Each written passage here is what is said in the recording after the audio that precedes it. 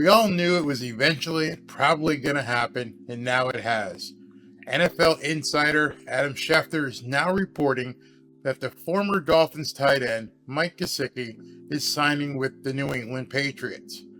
And with that, Mike Gesicki is staying in the AFC East. In addition to being a pretty good receiving tight end, Gesicki was a fan favorite and will always remember his version of the gritty. Last August, before the season even began, I posted this video, which you're about to see, which discusses the 7 reasons why the Miami Dolphins should have traded Mike Gesicki. And here it is 7 or 8 months later, and Mike Gesicki is with the New England Patriots, and the Miami Dolphins didn't get anything for it. No compensation whatsoever. Here are 7 reasons why the Miami Dolphins should trade Mike Gesicki.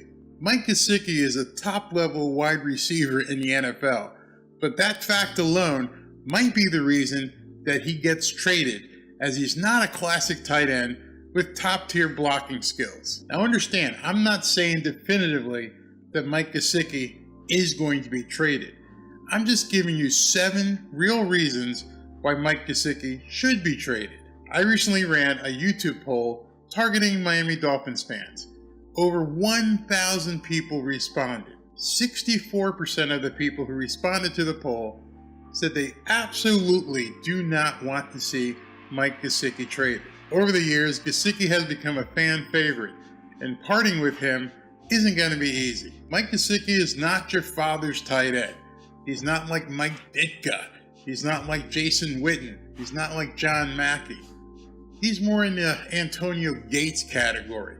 He's a receiver masquerading as a tight end. At least that's how he was used in the past here in Miami. Times are changing with the Miami Dolphins. Got a new coach with a completely new offensive scheme, and the role that Mike Gesicki will be playing involves a lot more blocking, which he's not used to. So let's get into these 7 reasons. Number 1, as mentioned, Mike Gesicki is not a blocking tight end and may never develop into one. Did you know that Gesicki has only been lined up in inline formations 7% of the snaps he's taken as a Miami Dolphin? That's the lowest rate of any tight end in the NFL. He has spent most of his time in the slot or as a wideout. Reason number 2, Mike Gesicki has only been asked to block on 29% of the plays that he's been on the field for. That's the 5th fewest amongst NFL tight ends, which is part of a reason why he's probably having a hard time developing blocking skills, because he never had to. After posting a career-high 73 catches for 781 yards,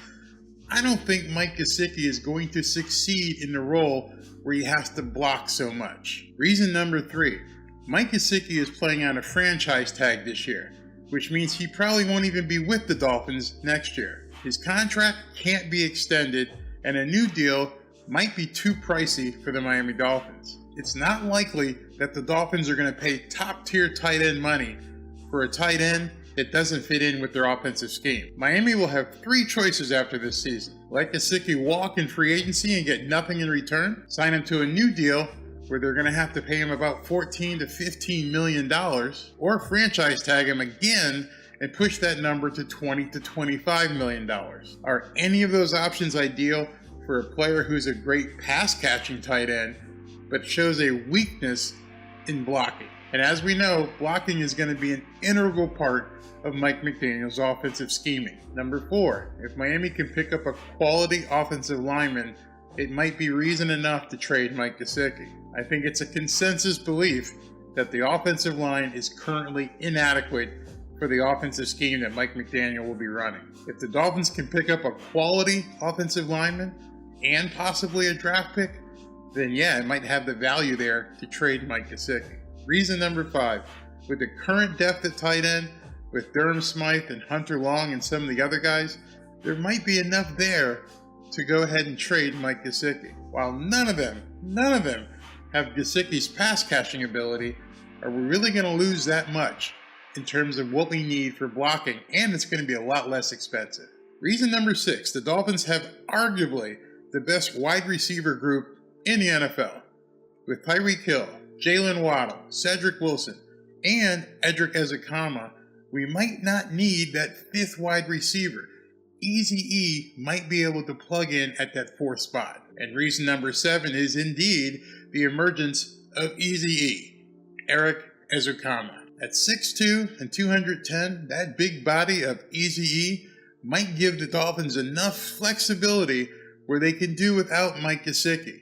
He's going to be the fourth wideout on the field, and we've seen what he can do. So there are the 7 reasons where the Miami Dolphins should trade Mike Gesicki. But who knows?